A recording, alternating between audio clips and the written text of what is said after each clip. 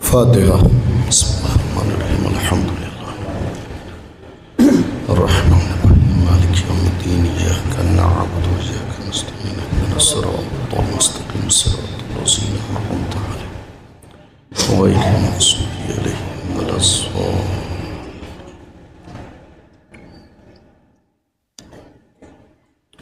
اعوذ باللہ من الشیطان الرجیم. بسم اللہ الرحمن الرحیم. الحمد للہ رب العالمین والصلاة والسلام على سید الانبیاء والمرسلین على سیدنا ونبینا شفیع ذنوبنا طبیب نفوسنا حبیب قلوبنا بالقاسم محمد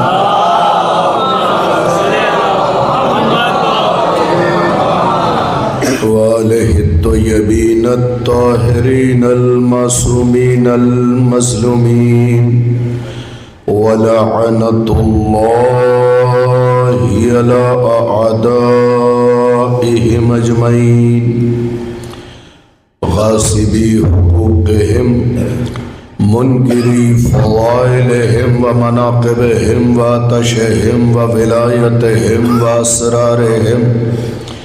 اما بعد فقد قال اللہ تبارک وتعالی فی کتابہ الکریم. بسم اللہ الرحمن الرحیم. وآتی ذی القربى حقہ. صلوات بھیجیں.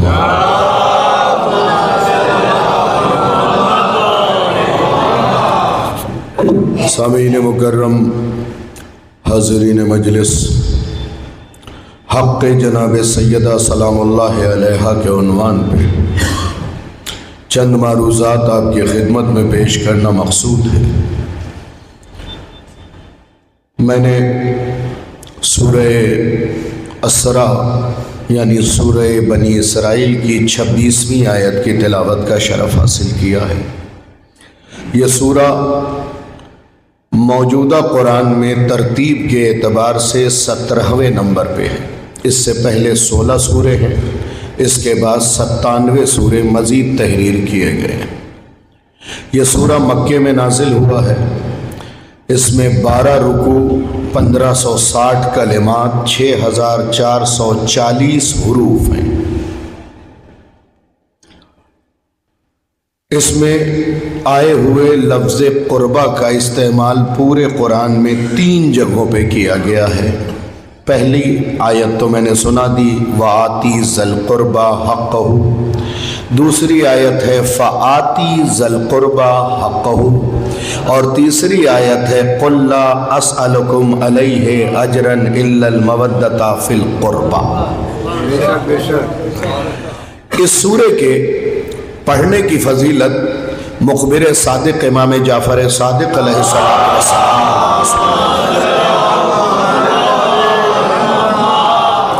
نے یہ بیان فرمائی ہے، اور یہیں سے میں نے گفتگو کا آغاز کیا. آپ نے یہ بیان فرمایا کہ جو شب جمعہ سورہ اسرا کی تلاوت کرے گا خدا اسے تب تک موت نہیں دے گا جب تک اپنے آخری امام کے چہرے کو دیکھ نہ لے.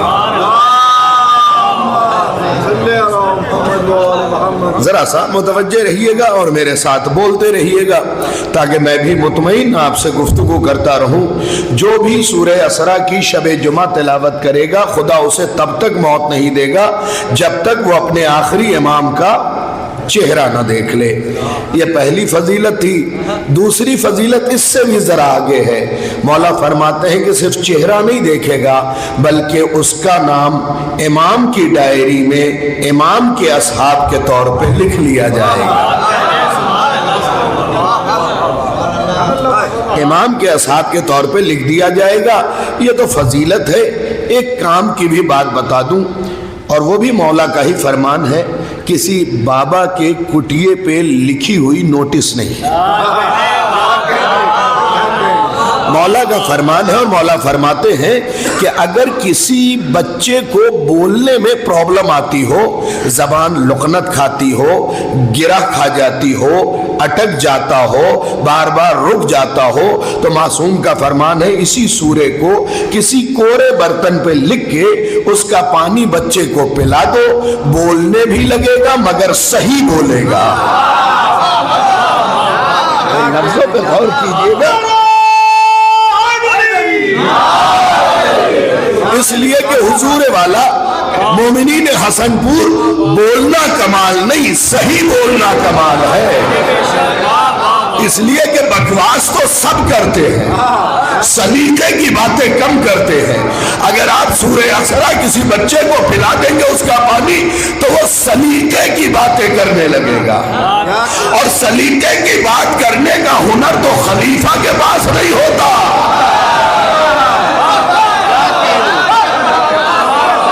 کسی اور سے توقع کیا کی جائے, کسی اور سے توقع کیا کی جائے.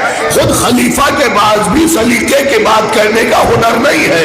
اگر سلیقے کی بات کرنے کا ہنر نہ ہوتا تو صدیقہ کے مقابلے پہ آ کے کائنات کا سب سے بڑا جھوٹا نہ بنتا.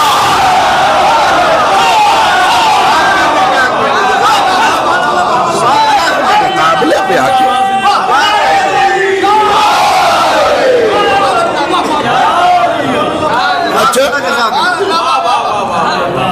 رہبر میاں یہ آپس داری کی بات ہے. سرتاج بھائی آپ لوگ ذرا دور سے آئے ہیں اس لیے مخاطب کر دوں. یہ تو میرے سامنے ہی موجود ہے حسن پور سے. جو باہر سے آئے وہ ذرا سا متوجہ ہو جائے اس بات کی طرف کہ سلیقے کی بات کرنے کا ہنر تو خود خلیفہ کے پاس ہی نہیں ہے. کیونکہ اگر سلیقے کی بات کرنے کا ہنر ہوتا تو صدیقۃ الکبریٰ کے مقابلے پہ آ کے اپنے آپ کو خاندانی جھوٹا ثابت نہ کرتا.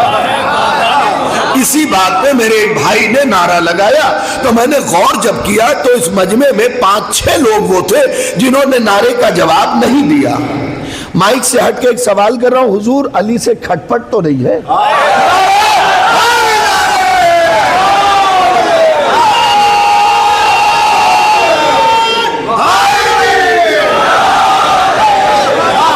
اس لیے کہ میرے بھائی بالکل سامنے کی بات کہہ دوں, خطیب سے لڑائی ہو, خطیب سے کھٹپٹ ہو, ذاکر سے لڑائی ہو, نوک جھوک ہو, تمہیں جنت مل جائے گی. لیکن اگر علی کے ذکر سے نوک جھوک ہو گئی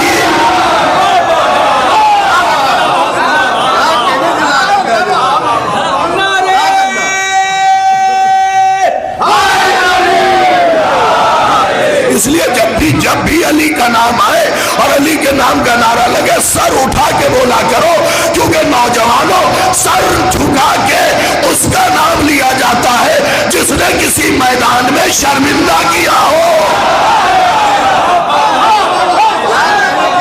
شکر ادا کرو کہ تمہیں وہ رہبر ملے ہیں جنہوں نے کبھی سر جھکایا ہی نہیں سوائے خدا کے سامنے. ابھی سر جھکایا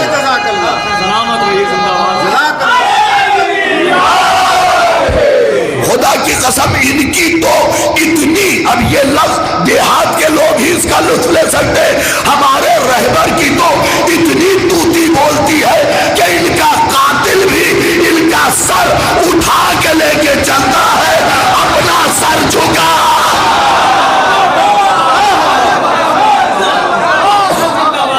صلوات بھیجنا محمد و آل محمد.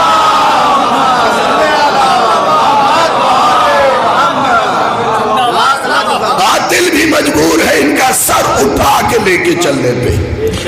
اور یہ صرف نیزے پہ بلند نہیں ہے, قاتل بھی بتا رہا ہے کہ ہم انہیں قتل کر کے بھی اتنا جانتے ہیں کہ انہیں جھکایا نہیں جا سکتا ہے. بے شک یہ حکومتوں سے، میں یہاں کی بات نہیں کر رہا ہوں، مخالفین سے، ظالمین سے ٹکرانے کا ہنر ہی ہمیں سیدہ نے دیا ہے۔ سیدہ نے ہمیں ظالموں سے ٹکرانے کا ہنر دیا اور کائنات کی ہر عورت کو بتایا کہ دیکھو اگر کبھی کسی بات پہ مرد ساتھ نہ دے تو گھبرا نہ جانا، فاطمہ ساتھ ہے، سیدہ ساتھ ہے۔ اب یہاں سے ذرا سا دیکھیے گا قرآن کی طرف، دو فضیلتیں میں نے بتا دی۔ پہلی فضیلت امام کا چہرہ دیکھے گا، دوسری فضیلت امام کی ڈائری میں اس کا نام اصحاب میں ہوگا۔ میرے جانے کے بعد ہو سکتا ہے کچھ لوگ حسن پور والوں کو پکڑ لے یا میرے پرانے جانکاروں کو پکڑ لے کہ صاحب کیسا مولوی لے کے آئے تھے، ہم نے سینکڑوں مرنے والے دیکھے، کسی نے نہ کہا کہ میں نے امام کا چہرہ دیکھا ہے، میں نے امام کا چہرہ دیکھا ہے، میں نے امام کا چہرہ دیکھا ہے۔ اور یہ پڑھ کے چلا گیا کہ جو شب جمعہ سورہ اسراء کی تلاوت کرے گا اللہ اسے تب تک موت نہیں دے گا جب تک امام کا چہرہ نہ دیکھ لے۔ تو حسن پور والوں یاد رکھنا، دیکھنا اور ہے، پہچاننا اور ہے۔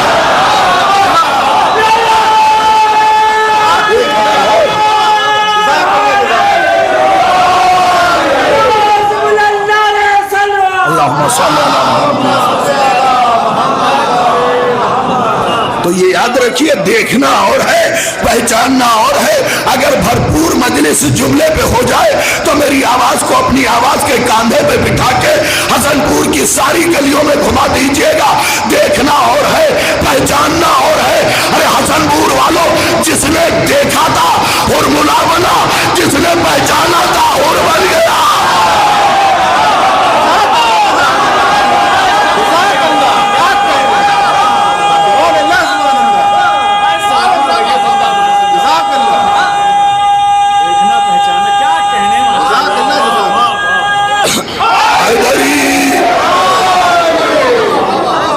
جس نے دیکھا تھا وہ ہرملا بنا، جس نے پہچانا تھا وہ ہر بنا۔ اب بھی دونوں کا فرق نہیں سمجھے، دیکھنے والا قیامت تک لعنت اللہ کہلاتا ہے، پہچاننے والا علیہ السلام بن جاتا ہے، پہچاننے والا علیہ السلام بن جاتا ہے۔ اور پہچاننے کے لیے، یہ بات آہستگی سے کروں گا، پہچاننے کے لیے ان آنکھوں کی ضرورت نہیں، ان آنکھوں کی ضرورت ہے۔ ممکن ہے کہ کسی کے پاس آنکھ ہی نہ ہو، لیکن اس کا مطلب یہ نہیں کہ وہ اپنے امام کو پہچان نہیں سکتے۔ قبلہ کتابوں سے اگر گفتگو ہو تو پھر دعا دیجیے گا۔ علی حیدر صاحب ذرا سا اس فقرے کو دیکھیے گا۔ ابو بصیر، ابو بصیر پیدائشی اندھے ہیں، آنکھ ہے مگر نور نہیں ہے۔ نام کیا ہے؟ ابو بصیر، دل سے دیکھنے والوں کا باپ۔ اور کیا؟ دل سے دیکھنے والوں کا باپ۔ امام کو دیکھنا پہچاننا دو الگ الگ چیزیں ہیں۔ دل سے دیکھنے والوں کا باپ امام کے ساتھ کھڑے تھے ابو بصیر۔ امام نے کہا دیکھو وہ 70 قدموں پہ ایک قافلہ آ رہا ہے، بالکل امام یوں سامنے کھڑے۔ امام نے کہا ذرا اس سے پوچھو کہ اس نے اپنے امام کو کب دیکھا ہے، آہستگی سے لے کے چل رہا ہوں۔ مولا آپ سامنے کھڑے ہیں، ان کا رخ آپ کی طرف ہے، آپ کا رخ ان کی طرف ہے، پوچھ لوں؟ امام نے کہا چاہو پوچھو۔ گئے، یہ بتاؤ تم نے اپنے امام کو کب دیکھا؟ کہا 2 سال پہلے ایک جھلک ملی تھی، اس کے بعد سے آج تک میرا امام مجھے نہیں دیکھا۔ حیرت ابو بصیر کو، یہ قافلہ امام کے سامنے سے نکل گیا، دوسرا آ رہا تھا، 7 قدموں کا فاصلہ، 4-5 ایسے ہیں، میں جلدی سے چھوڑ کے دامن وقت میں گنجائش نہیں، 7 قدموں کا فاصلہ۔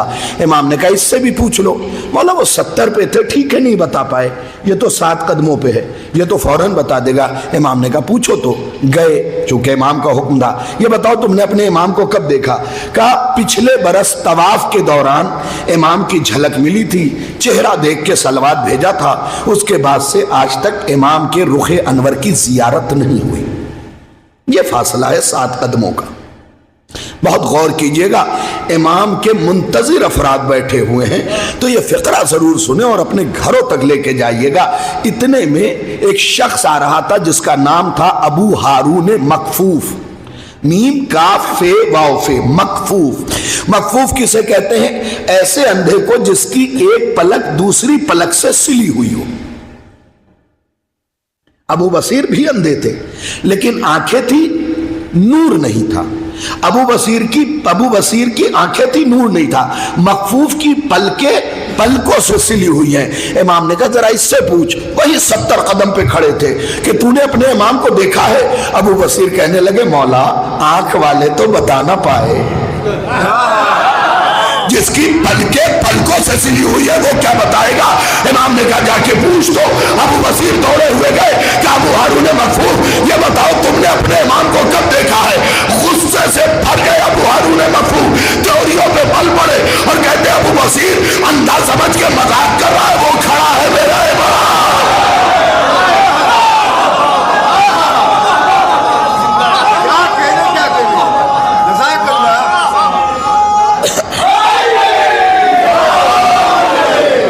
انشاءاللہ آپ سب اپنے امام کو ان آنکھوں سے دیکھیں گے۔ اب آئیے جو حق سیدہ پہ آیت پڑھی، زیادہ وقت نہیں لوں گا لیکن کم وقت میں بہت ساری باتیں آپ کی خدمت میں پیش کر دوں گا۔ وَآتِ ذَا الْقُرْبَىٰ حَقَّهُ سورہ اسراء کی 26ویں آیت ہے۔ اس پورے سورے میں 111 آیات ہیں۔ 26ویں آیت میں نے تلاوت کی۔ ترجمہ، گرامر میں قربہ واحد مؤنث کا صیغہ ہے، یعنی سنگل کے لیے بولا جائے گا، فیمیل کے لیے بولا جائے گا، تانیث کے لیے بولا جائے گا، مرد کے لیے نہیں بولا جائے گا، سنگل لیڈیز کے لیے، سنگل خاتون کے لیے، سنگل عورت کے لیے۔ بات پہنچ گئی؟ اب آیت کا صحیح ترجمہ سنیے۔ وَآتِ ذَا الْقُرْبَىٰ حَقَّهُ، اے محمد اپنی اکلوتی بیٹی کو اس کا حق دے دو۔ نہیں، یہ مجمع نہیں پہنچا یا میں پہنچا نہیں سکا، پھر سے دہراؤں گا اور سمجھنے کی کوشش کیجئے۔ قرآن کہہ رہا ہے اے محمد اپنی اکلوتی بیٹی کو، اکلوتی بیٹی کو، اکلوتی بیٹی کو، اکلوتی بیٹی کو، اکلوتی بیٹی کو، اکلوتی بیٹی کو۔ ارے بھائی صاحب اب شاہد رضوی جائے تو جائے کہاں؟ مسلمان کہے چار، قرآن کہے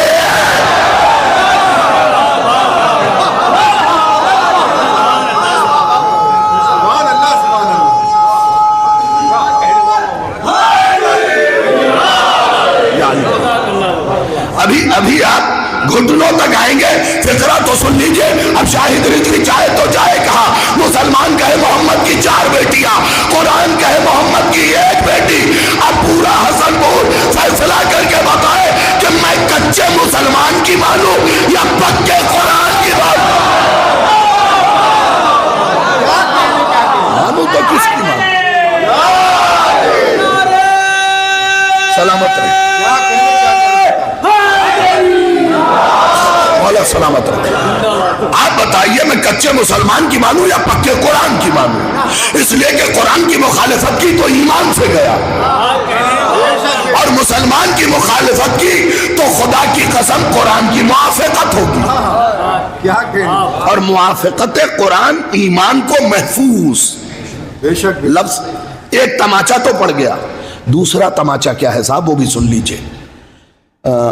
مثال دے دوں تمہاری، میرا اور ان کا اللہ نہ کرے جھگڑا ہوا اس شال عزا پہ۔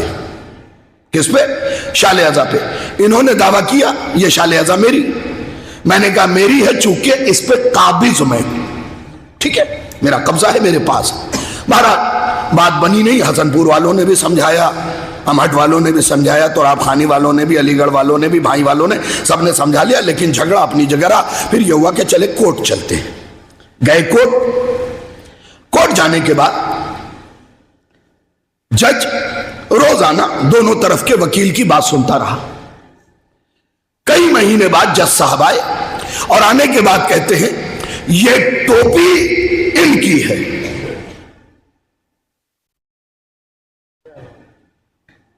جھگڑا تھا اس پہ، فیصلہ آیا ٹوپی پہ۔ بھائی بیٹھے رہیں گے کیا وکالت جناب سیدانہ کریں گے؟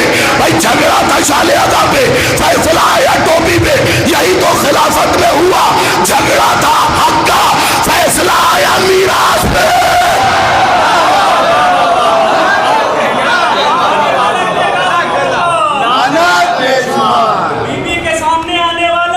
لعنت بے شمار، لعنت بے شمار۔ جھگڑا کس چیز پہ تھا حضور؟ شال اعضا پہ، فیصلہ آیا ٹوپی پہ۔ میں نے کہا جج ایک بار کھول کے تو دیکھ لے کہ دعویٰ کیا ہے۔ کہا دیکھو جو ہم نے کہہ دیا وہی صحیح ہے۔ اسی دن عدالت میں رکھی ہوئی دیوی نے اپنی آنکھ پہ پٹی باندھ لی۔ آج توجہ کیا ہوتا بھئی، کبھی کبھی لفظوں پہ غور کیا کیجئے۔ اسی دن عدالت میں پڑی ہوئی دیوی نے اپنی آنکھ پہ پٹی باندھ لی کہ جب خدا کی بھیجی ہوئی کا حق نہ دیا گیا تو آج کے بعد قانون اندھا ہے۔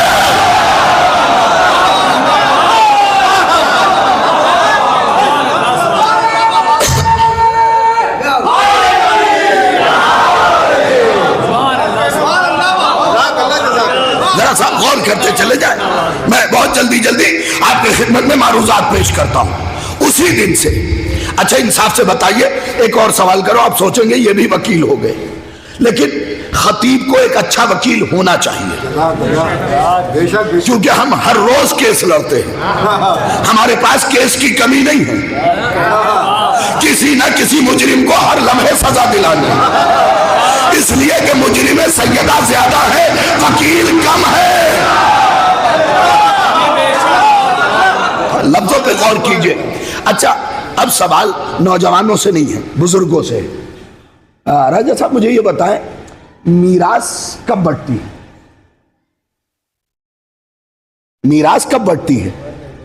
واہ مولانا، آپ نے میرا مسئلہ ہی آسان کر دیا، اللہ آپ کو جزا دے۔ بی بی سیدہ آپ سے راضی رہیں۔ میراث بٹتی ہے مرنے کے بعد، فیکٹ ہے پیچھے والوں، میراث بٹتی ہے، زور سے بولے میراث بٹتی ہے۔ بھئی میں تھکا ہوا ہوں، یہ 36ویں مجلس پڑھ رہا ہوں عزائے فاطمیہ سلام اللہ علیہا کی۔ بھئی میراث بٹتی ہے مرنے کے، جو زندگی میں ملے وہ تو حق ہے۔ اب یہ بتاؤ اگر فدق فاطمہ کو محمد کے مرنے کے بعد ملے تو میراث اور زندگی میں مل جائے، ہو سکتا ہے کہ میرے جانے کے بعد کوئی کہے سلطان پور کا کوئی مفتی کھڑا ہو جائے، کہنے لگے تم تو رافضی ہو، شیعہ ہو، تم تو حق سیدہ کی بات کرو گے، ہماری کتاب سے ثابت کرو۔ چلو آؤ پکڑو انگلی، ابھی بھی تم ہمارے سامنے میں فہم و فکر کے معاملے میں بچے ہو، پکڑو انگلی، میں تمہیں تمہاری کتاب میں دکھاتا ہوں۔ رائٹر کا نام علامہ جلال الدین سیوطی، تفسیر کا نام تفسیر در منصور، جلد نمبر 4 صفحہ نمبر 177، قبلہ رخوں کے کتاب کھولیں گے تو یہ بات داہنی طرف۔ میرے حافظے کے لیے دعا کیجئے۔ جلد نمبر 4 جلال الدین سیوطی، تفسیر در منصور، جلد نمبر 4 صفحہ نمبر 177، وہ لکھتا ہے کہ خیبر کے بعد جیسے ہی یہ آیت آئی محمد عربی پہ، محمد نے فدق کا کاغذ تیار کیا اور فاطمہ کو فدق دے کے کہا یہ تمہارا ہدیہ ہے۔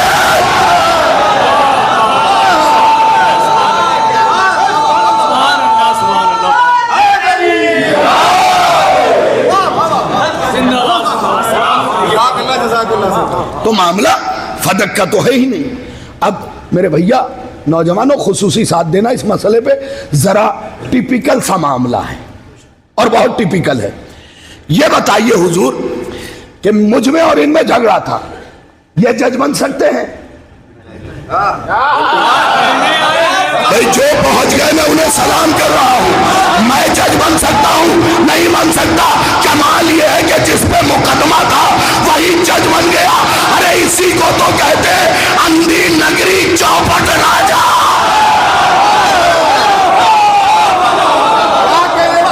اسی کو تو کہتے ہیں۔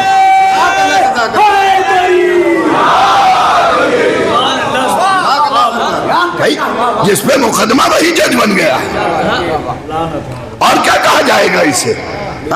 جس پہ مقدمہ وہی فیصلہ. اچھا یہ بتائیے اگر کسی چیز پہ جھگڑا ہے جب تک فیصلہ نہ آ جائے آپ اس جگہ جا سکتے ہیں؟ کورٹ کی طرف سے اسٹے آرڈر رہتا ہے, دونوں فریقین نہیں جائیں گے جب تک فیصلہ نہ آ جائے. تو فیصلے کے بعد قبضہ ہے. فیکٹ غلط تو نہیں ہوں, I am right and absolutely right کہ فیصلے کے بعد قبضہ ہوگا. ذرا یہاں دیکھ لیجئے, قبضہ پہلے ہو گیا ہے, فیصلہ بعد میں. ذرا ہاں جلدی جلدی میرا ساتھ دیتے رہے.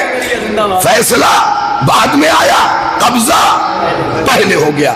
اب ہوا کیا, بی بی دربار آئی, لیکن اندر کے دروازے سے نہیں آئی. سب جانتے ہیں کہ ایک دروازہ سیدہ کا گھر سے مسجد میں کھلتا تھا.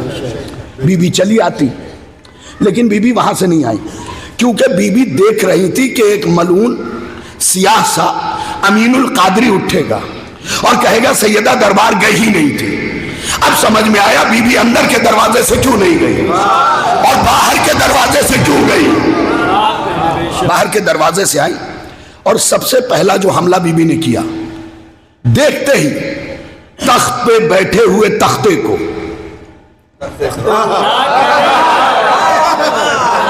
تخت پہ بیٹھے ہوئے تختے کو دیکھتے ہی کہا تو یہاں.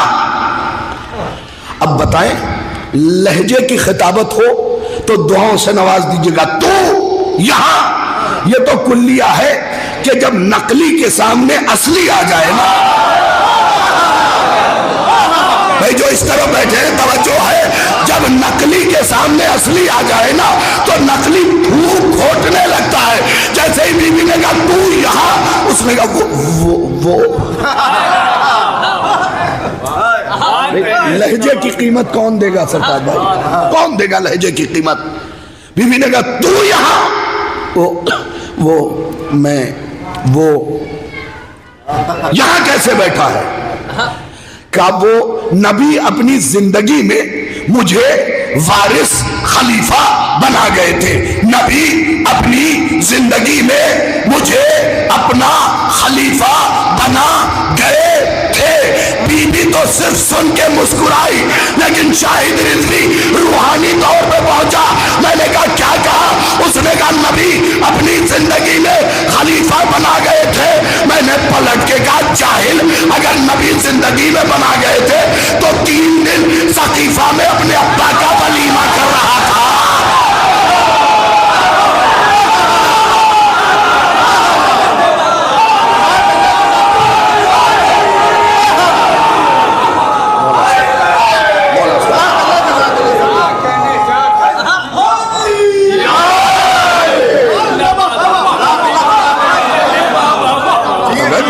زندگی میں خلیفہ بنا گئے تھے تو یہ 3 دن کیا سقیفہ میں ولیمہ ہو رہا تھا؟ ہو کیا رہا تھا 3 دن تک کہ جب واپس آئے تو کسی کا منہ سوجا ہوا ہے, کوئی پسلیاں پکڑے ہوئے. کبھی تاریخ پڑھیے گا, سقیفہ اور رفیقہ کتاب کا نام ہے, وہ بتا دیا تھا جلدی سے میں نے. تو یہ تاریخ پڑھیے گا, آپ کو سمجھ میں آئے گی کہ کیا کیا ہوا وہاں, کیا کیا ہوا. اس کے بعد ایک اعتراض یہ آتا, حضور یہ رافضیوں نے, ابھی کچھ بات مائک سے ہٹ کے بھی تو ہونی چاہیے نا سرکار, اس لیے کہ کچھ بیچارے بہت پہلے سے فرش ادا پہ آ کے بیٹھ جاتے ہیں, کچھ دیکھتے رہتے ہیں چینل میں. ہاں ابھی 5 منٹ ہے. جب بالکل مولوی صاحب فاتحہ کہتے ہیں تب وہ گھر سے تشریف لاتے ہیں, تو وہ بیٹھتے ہیں بیچارے پیچھے. تو کچھ باتیں ان سے بھی تو ہونی چاہیے جو سننے آتے ہیں, دیکھنے نہیں. تو مائک سے ہٹ کے ایک بڑا قیمتی فقرہ آپ کی خدمت میں پیش کرنے لگا ہوں. جب سے فدق پڑھا جانے لگا تب سے لوگ اعتراض کرنے لگے, اور خصوصاً میں تو بہت زیادہ فدق پڑھتا ہوں تو میرے اوپر بہت سے اعتراضات ہوئے کہ یہ بار بار بار بار بار بار فدق فدق فدق فدق فدق فدق, ہمارے کان سے خون نکال لیا تم نے. فدق پڑھ پڑھ کے فدق کا لفظ استعمال کر کے. ارے صاحب فدق کوئی بڑی پراپرٹی نہیں تھی, چھوٹا سا باغ تھا. تو اگر فدق چھوٹا سا باغ تھا تو تمہارے بڑے سے خلیفہ نے قبضہ کیا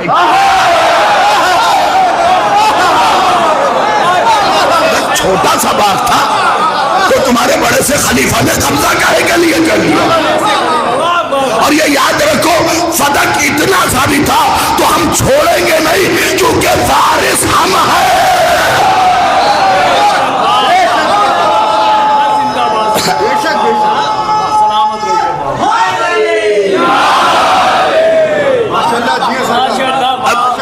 اب لطیفے کے معنی آپ سمجھتے ہیں کہ مذاق نہیں، ایک لفظ ہے لطائف، بہت سنجیدہ بات جس سے چوٹ بھی لگے لیکن بندہ مسکراتا رہ جائے،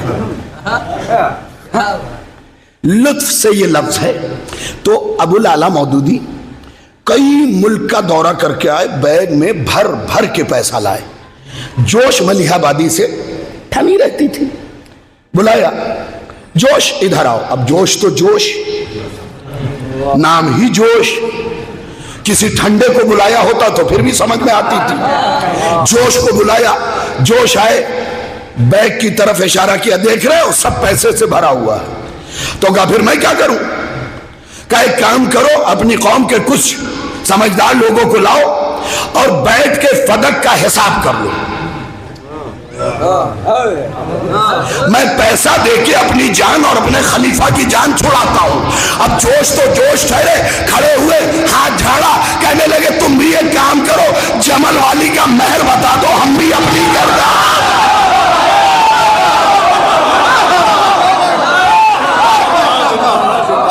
ہماری بھی جان چھوٹے۔ کبھی کبھی لطائف بھی بہت خوبصورت ہوا کرتے ہیں۔ بہرحال جناب سیدہ سلام اللہ علیہ، فدق میراث نہیں، فدق حق فاطمہ۔ اب اسے بہت جلدی سمیٹوں تو اس طریقے سے سمیٹتا ہوں کہ حضرت نوح کے پوتے تھے جن کا نام تھا فدق، نوح کے بیٹے کا نام حام، حام کے بیٹے کا نام فدق۔ جب کشتی پوری دنیا کا 7 چکر کاٹ کے رکی تو سب اترے، سب نے اپنے اپنے لیے علاقے تلاش کرنے شروع کیے، تو حضرت فدق بھی گھومتے گھومتے ایک مقام پہ رکے۔ معبود بڑی شادابی ہے، بڑا سبز علاقہ ہے، نہریں بھی ہیں، چشمہ بھی ہے، یہ زمین میں لے لوں؟ آواز قدرت آئی، فدق تم یہاں رہ سکتے ہو، زمین لے نہیں سکتے۔ معبود میں آدم ثانی کا پوتا ہوں، دوسرے آدم کا پوتا ہوں، آپ یہ زمین نہیں دیں گے؟ کہ اصل میں یہ زمین نبی اور اس کے بیٹی کی ہے۔ یا خدا کے لیے حق سیدہ پہ بولا کیجئے، یہ زمین نبی اور اس کی بیٹی کی ہے۔ اچھا معبود پھر میں کیا کروں؟ آواز قدرت آئی، اب میرے پاس اردو میں کوئی لفظ نہیں تھا، میں نے انگلش سے ایک لفظ ادھار لیا، اے میرے معبود اب میں کیا کروں؟ آواز قدرت آئی، تم کیئر ٹیکر بن جاؤ، کیئر ٹیکر بن جاؤ۔ خیر صاحب معبود یہ بھی منظور ہے، کہا پھر مڈ میں جاؤ، زمین کے درمیان میں جاؤ، 7 ہاتھ کھودو گے تو ایک صندوق ملے گا، اس صندوق میں اس کے کاغذات ہیں۔ کھدائی ہوئی، صندوق ملا مگر تالا لگا ہوا۔ معبود یہ تو بند ہے۔ کہا تھوڑا اور نیچے کھوجو، چابی ملے گی، اور نیچے کھودا، چابی ملی، کھولا، اسے پڑھو، اس میں یہ لفظ لکھے ہوئے تھے اس کاغذ میں جو صندوق کے اندر تھا، یہ زمین نبی اور اس کے آل کے لیے ہے۔ بہت غور سے سنیے گا، سارا مسئلہ حل ہو جائے گا۔ نبی اور اس کی آل کے لیے ہے، اس کی آل کے لیے ہے، اگر اس پہ کسی نے قبضہ کیا تو قبضہ کرنا حرام ہے۔ تھک گئے ہو تو مجھے بول دیجئے گا، میں سمیٹ لوں گا۔ اگر کسی نے قبضہ کیا تو اس کا قبضہ کرنا حرام ہے، اور قبضہ کرنے والے پہ مجھے اللہ کی لعنت ہے۔ اب بھی نہیں سمجھے ہم فدق کے لٹیروں پہ لعنت کیوں بھیجتے ہیں؟ ارے لعنت رجسٹرڈ ہے۔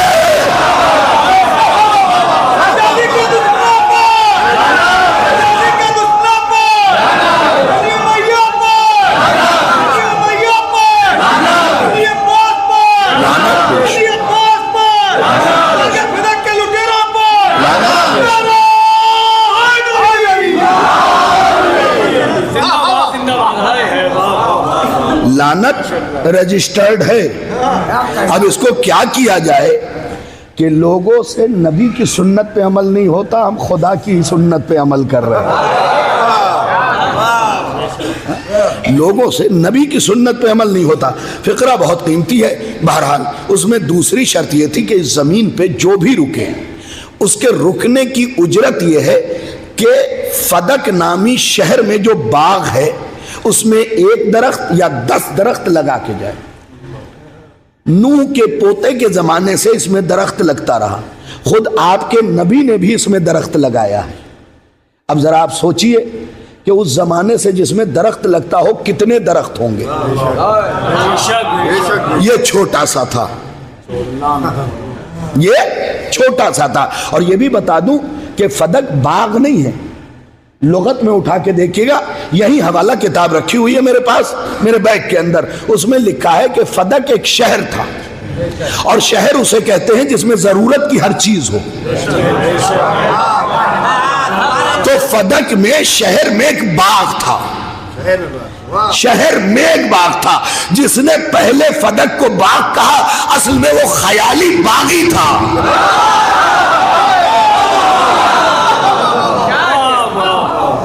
خیالی باغی تھا.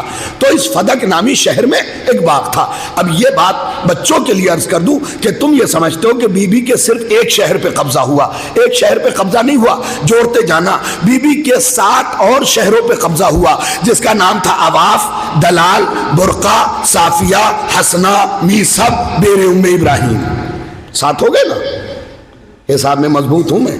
ہاں یہاں سے دیکھ لو, عواف, دلال, برقع, صافیہ, حسنہ, میثب, بیر ام ابراہیم. کتنے ہوئے؟ 7 پلس 1 فدق. 8 پراپرٹی, 8 جاگیر, 8 شہر پہ قبضہ ہوا. تو کوئی تو پوچھے گا شاہد رضوی بقیہ 7 کے بارے میں گفتگو کیوں نہیں ہوتی؟ تو یہ ممبر پہ بیٹھنے والوں کا قصور ہے. میں نے اپنی ذمہ داری پوری کی ہے. تو پھر ان 7 شہروں کا اس وقت نام کیا ہے؟ بھائی صاحب ان 7 شہروں کے ساتھ وہی سلوک ہوا جو اس حکومت میں مسلمان علاقوں کے نام کے ساتھ ہو رہا ہے. یار بولا کیجئے میرے ساتھ, اس حکومت میں مسلمان علاقوں کے نام کے ساتھ ہو رہا ہے. جیسے ہی مسلمان علاقے کا نام دیکھا بدل دو, تو ویسے ہی سارے نام بدل دیے گئے. لیکن فدق کا نام اس لیے نہیں بدل سکے کہ فدق خلیفہ کے گلے کی وہ ہڈی ہے جسے نہ نگل سکتے ہیں نہ اگل سکتے ہیں.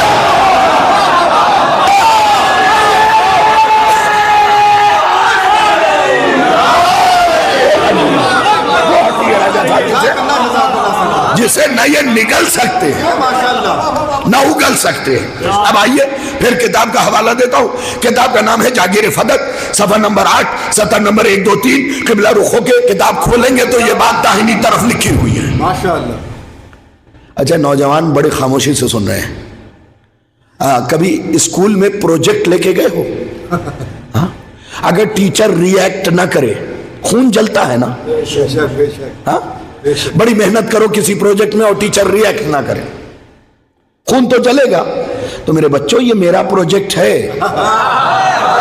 اور تم جو خاموش ہو نا, میرا خون جل رہا ہے. اور تمہاری شریعت میں پسینہ سوکھنے سے پہلے مزدور کی مزدوری دے دینا ہے, اور ابھی تو میرا پسینہ بہہ رہا ہے. میں اس گھرانے کا خاندانی مزدور ہوں,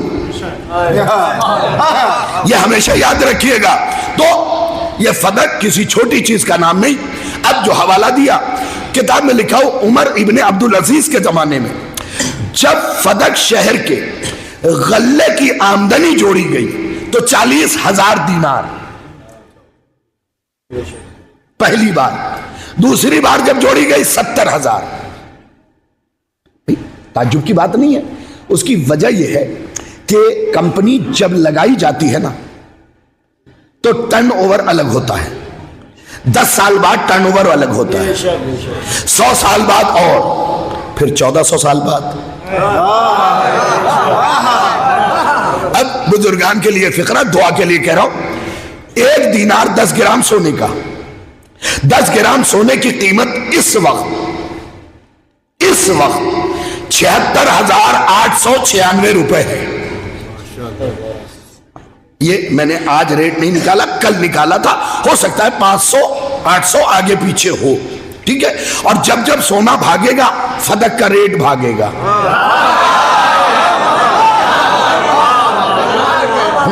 اس لیے کہ سونے کے سکے حساب میں بنے تھے صرف غلے کے، اور وہ بھی فدق شہر کے غلے کے. 7 پراپرٹی چھوڑ دو. اس کی اس وقت ٹوڈے ریٹ جو ہے وہ 3 ارب 4 کروڑ 86 لاکھ. میرے بچوں غور کر رہے ہو؟ 3 ارب 4 کروڑ 86 لاکھ. چلو میں نے 4 کروڑ 86 لاکھ سیدہ کی نالین پہ وار کے قبضہ کرنے والوں کے منہ پہ مار دیا. 3 ارب تو جوڑو گے نا، 3 ارب کو 12 مہینوں پہ ڈیوائیڈ کرو تو ہر مہینے سیدہ کی آمدنی تھی 25 کروڑ روپے. آج کے کتنے؟ تو آج کے بعد اس گھرانے کو غریب نہ کہنا، اور جو کہے سمجھ لینا خاندانی غریب ہے، منحوس. سیدہ غریب نہیں. لیکن معاملہ کیا ہے وہ بھی سن لیجئے. امام سے پوچھا گیا کیسے پتا چلے مولا کہ عہدے پہ بیٹھا ہوا شخص ایماندار ہے یا غدار ہے، ایماندار ہے یا غدار ہے؟ تو امام نے کہا اس کی عہدے سے بیٹھنے سے پہلے کی بھی زندگی دیکھو اور عہدے پہ بیٹھنے کے بعد کی بھی زندگی دیکھو. پہلے کی بھی دیکھو، بعد کی بھی دیکھو. اگر پہلے بیٹھنے سے پہلے سارا حسن پور بولے تو تھکن جائے، اگر بیٹھنے سے پہلے ویگن آر سے چل رہا تھا اور بیٹھنے کے بعد بی ایم ڈبلیو سے چل رہا ہے تو سمجھ لینا عہدے پہ چور بیٹھا.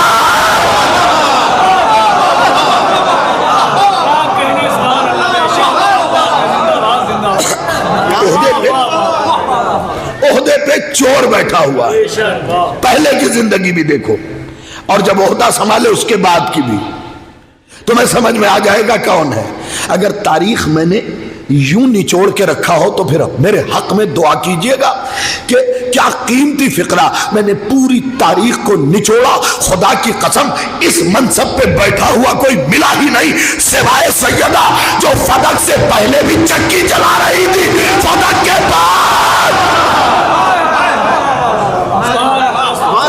بعد بھی چکی چلا رہی. یہ سیدہ کا گھرانہ جو عہدہ ملنے پہ کبھی بدلا ہی نہیں. اس نے عہدوں کو ٹھکرایا ہے، یہ عہدوں کے پیچھے نہیں بھاگے ہیں. یہ ہمیشہ اور ہمیشہ یاد رکھیے. بس سمٹ گئی میری گفتگو. بہت دیر 10 بج گئے تقریباً، شاید اچھا 9 بج رہے.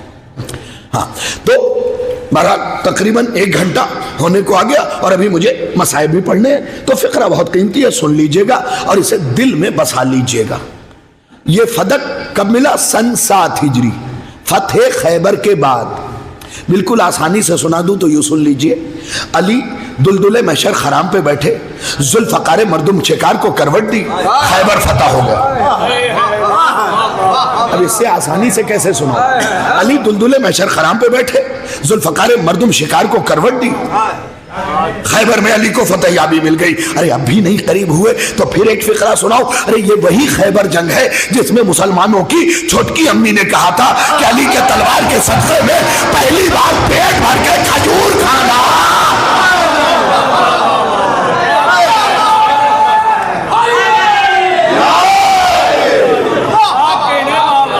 اچھا ایک بہت ستھرا سا مسئلہ بیان کروں. محمد طیب گیلانی اول اپنی کتاب میں لکھتا ہے کہ جو محمد عربی کی شکایت کرے وہ دین سے خارج ہے. پہنچے آپ؟ جو محمد عربی کی شکایت کرے مولانا علی حیدر صاحب وہ دین سے خارج ہے. یہ اہل سنت عالم محمد طیب گیلانی اول لکھتا ہے. اب کسی گھر کی کوئی عورت نکلی، پڑوس میں آئی، کھانا کھایا اور اس نے کہا آج بیٹا پہلی بار پیٹ بھر کے کھانا نصیب ہوا. تو یہ بتائیے اس نے اپنے شوہر کی شکایت کی یا نہیں؟ کاش توجہ کیا ہوتا. خیبر میں یہ کہنا بتا رہا ہے، محترمہ کہنا چاہ رہی ہے کہ محمد نے کبھی پیٹ بھر کے کھانا.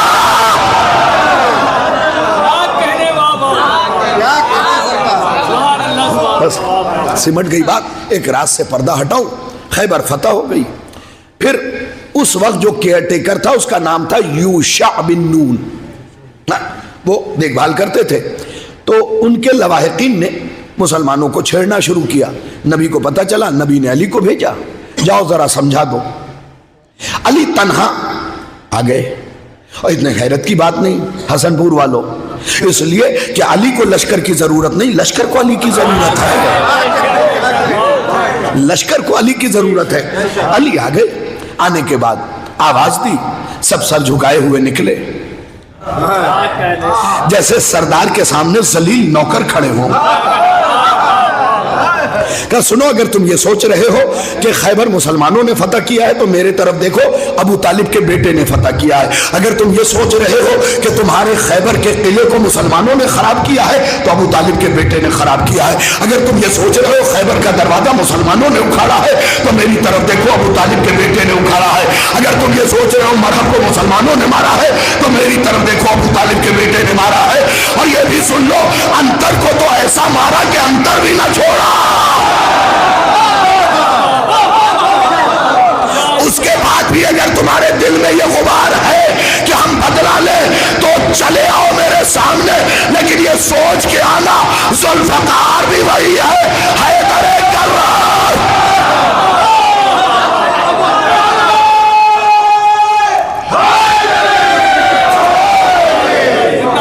حیدر کرار بھی وہی ہے۔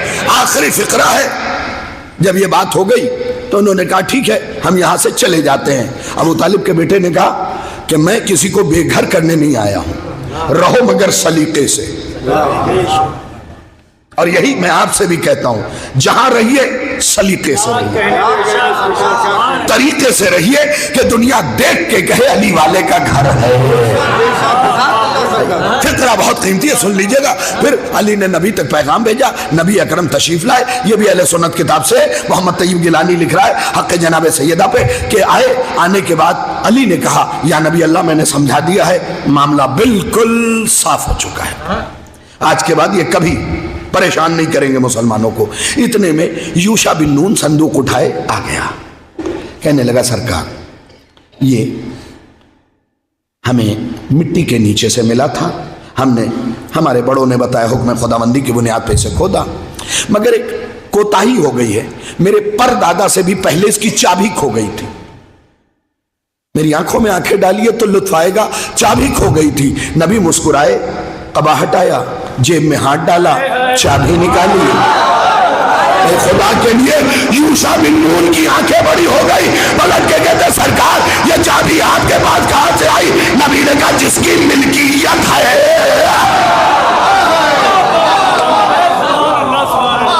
بہرحال تالا کھولا گیا، اندر سے کاغذ نکالا گیا، میری طرف دیکھیے آخری جملہ فضائل کا۔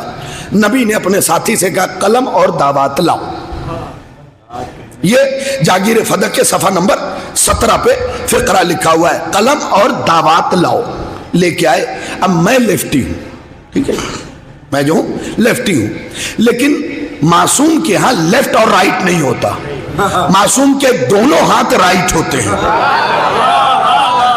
اور معصوم جو کرے وہ بھی رائٹ، جو ان کے مقابلے پہ آئے وہ رہو۔ امام کے ہاں جا کے پوچھ لیجئے گا علماء سے، امام کے ہاں داہنا بایاں نہیں ہوتا ہے، امام کے دونوں ہاتھ رائٹ، دونوں ہاتھ رائٹ ہیں، دونوں داہنے ہیں، ادھر اٹھائے تو بھی داہنا، ادھر اٹھائے تو بھی داہنا۔ بہرحال چلیے آگے بڑھتے ہیں۔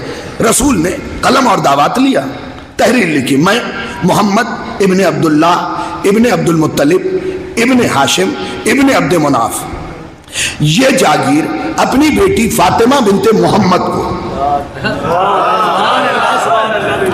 ہبہ کرتا ہوں۔ اب بھی نہیں سمجھے؟ آج تو سمجھ جاؤ کیا کہا؟ میں محمد ابن عبداللہ ابن عبد المطلب ابن ہاشم ابن عبد مناف یہ جاگیر اپنی بیٹی فاطمہ بنت محمد کو ہبہ کرتا ہوں۔ کیا کیا محمد نے؟ تحریر لکھی۔ آج پتا چلا پوری دنیا محمد کو ان پڑھ کیوں کہتی ہے، کیونکہ پڑھا لکھا کہا تو فلک دینا پڑے گا۔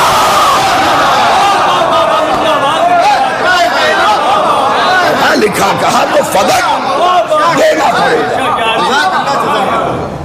اس لیے یہ اعلان کیا جا رہا ہے نعوذ باللہ من ذالک محمد ان پڑھ، یہ تو طارق مسعود ٹک ٹاکیا نے بھی کہہ دیا، نعوذ باللہ، آپ نے دیکھا ہوگا ویڈیو میں، اس نے کہا قرآن میں بہت سی غلطیاں تھی، چونکہ غلطی اس لیے باقی رہ گئی کہ بغیر پڑھے لکھے پہ یہ کتاب آئی تھی۔ اچھا کم وقت ایک بار اگر قرآن میں سورہ جمعہ پڑھ لیتا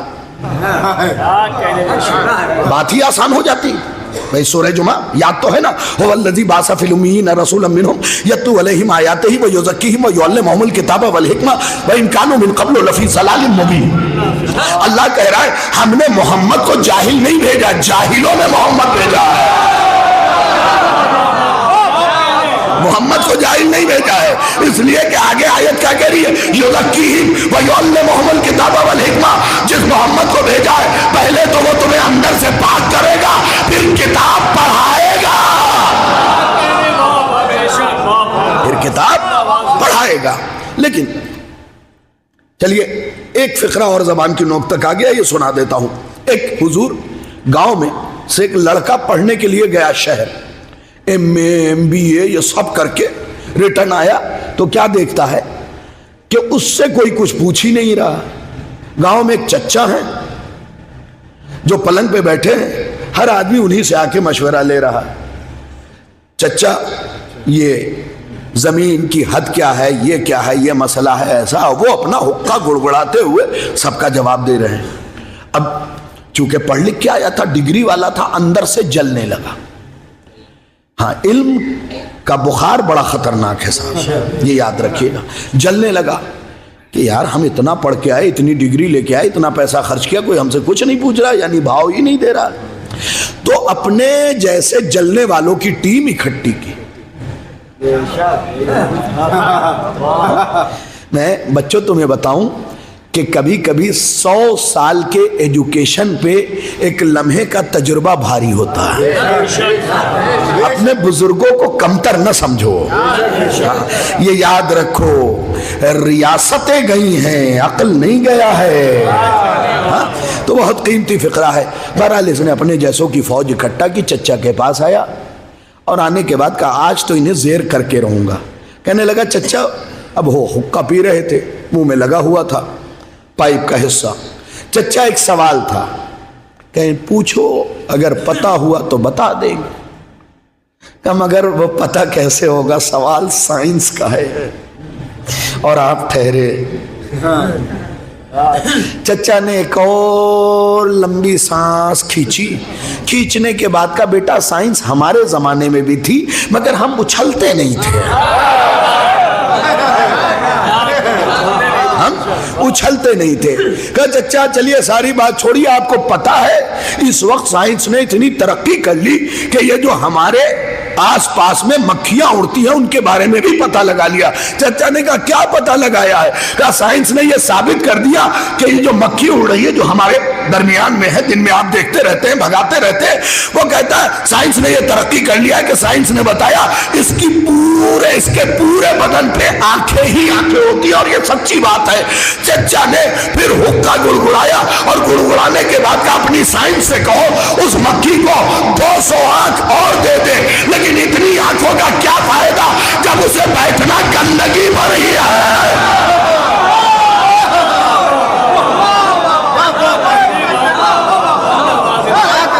اسے بیٹھنا گندگی پر ہی ہے۔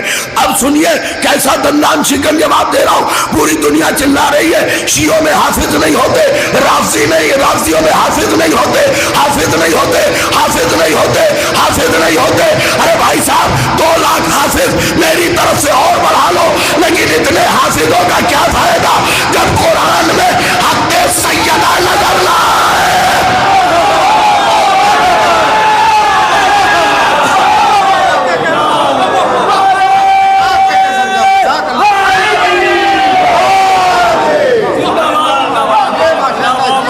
اتنے حافظوں کا کیا فائدہ جب قرآن میں تمہیں حق سیدہ نظر نہ آئے، جب قرآن میں تمہیں آیے غدیر نظر نہ آئے، جب قرآن میں تمہیں آیے مباہلہ نظر نہ آئے، جب قرآن میں تمہیں آیے قربہ آیے مودت نظر نہ آئے، جب قرآن میں تمہیں سورہ دہر نظر نہ آئے، جب قرآن میں تمہیں ابو طالب کی مدح نظر نہ آئے، جب قرآن میں تمہیں خدیجہ کی مدح نظر نہ آئے، جب قرآن میں تمہیں فضہ کی ستائش نظر نہ آئے، اس سے بہتر تھا تم بغیر آنکھ کے ہوتے چل جاتا۔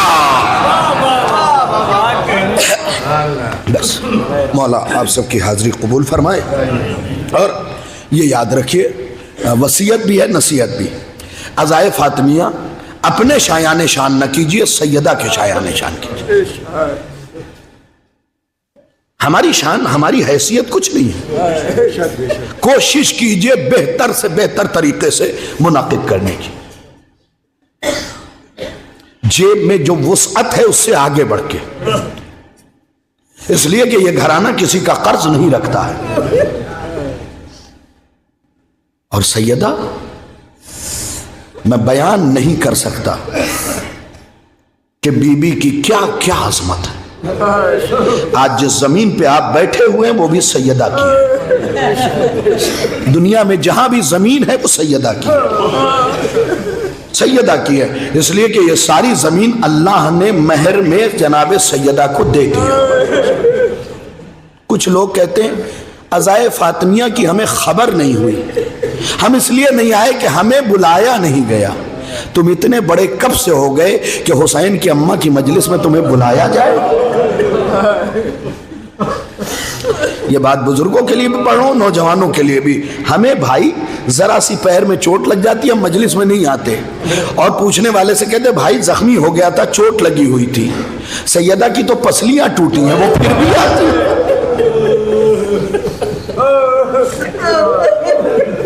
دیکھو مجلس حسین میں، مجلس سیدہ میں بلانے کی ضرورت نہ پڑے، خود سے تشریف لے آیا کرے۔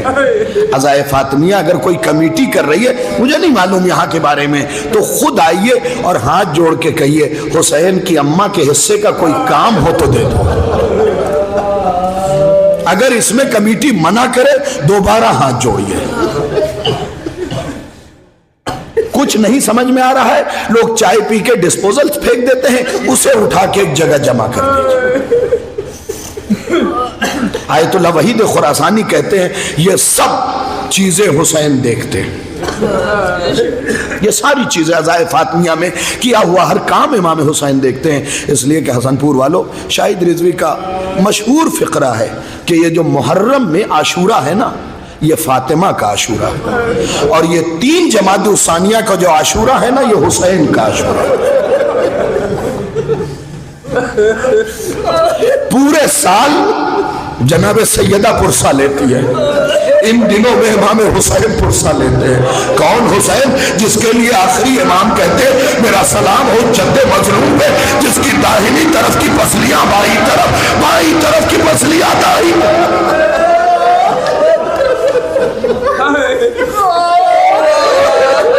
امام حسین پرسہ لینے آتے ہیں۔ امام حسین علیہ السلام کو ناراض نہ کرو۔ دیکھو گھر کے باہر جتنا اختلاف ہو رکھو، لیکن جیسے ہی بارگاہ کے اندر داخل ہو اختلافات ختم کر دو۔ بھائی حسن پور والوں، سیدہ کے پسلیوں کے درد کو نہ بڑھاؤ۔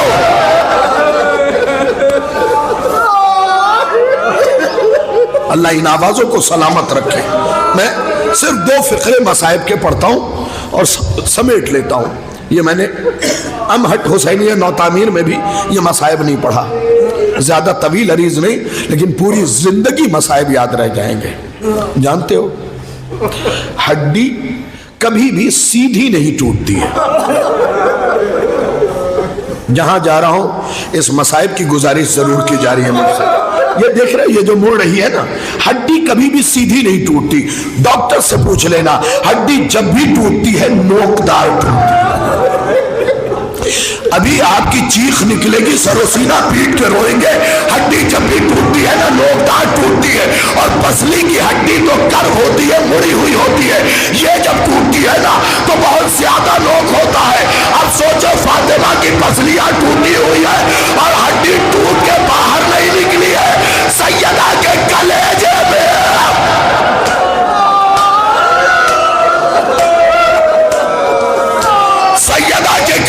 میں سرایت کر گئی ہے۔ ارے آزاداروں بی بی جب بھی چلتی تھی نا آواز دیتی تھی بابا۔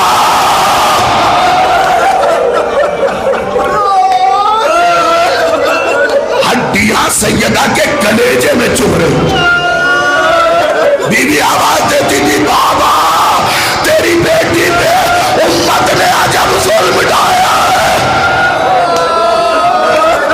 العظمۃ للہ. خدا کو کوئی غم نہ دے.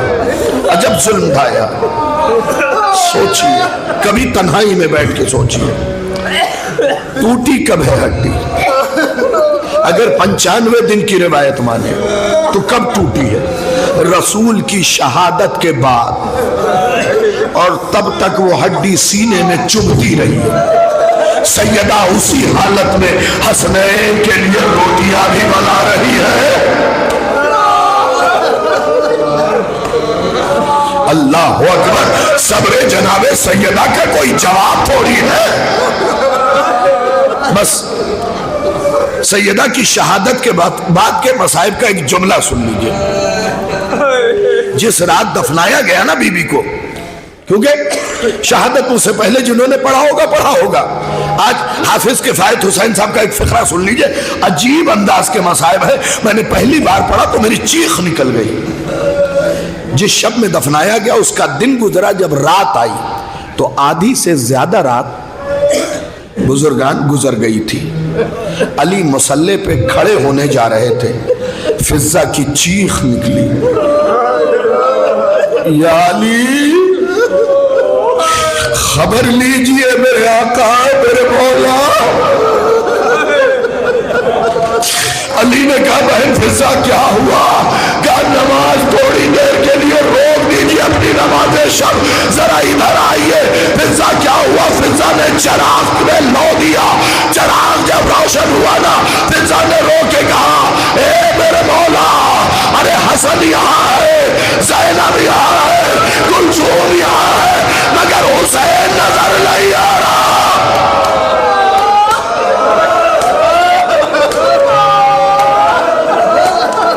اب جو علی نے دیکھا تڑپ گئے.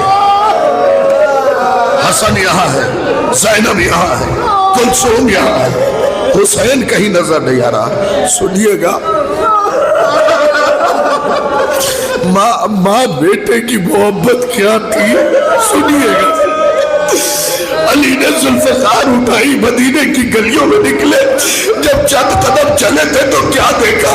حسین جنت البقیع میں اماں کی قبر میں رخسار رکھ کے آواز دے رہے، اے اماں مجھے نیند نہیں آ رہا.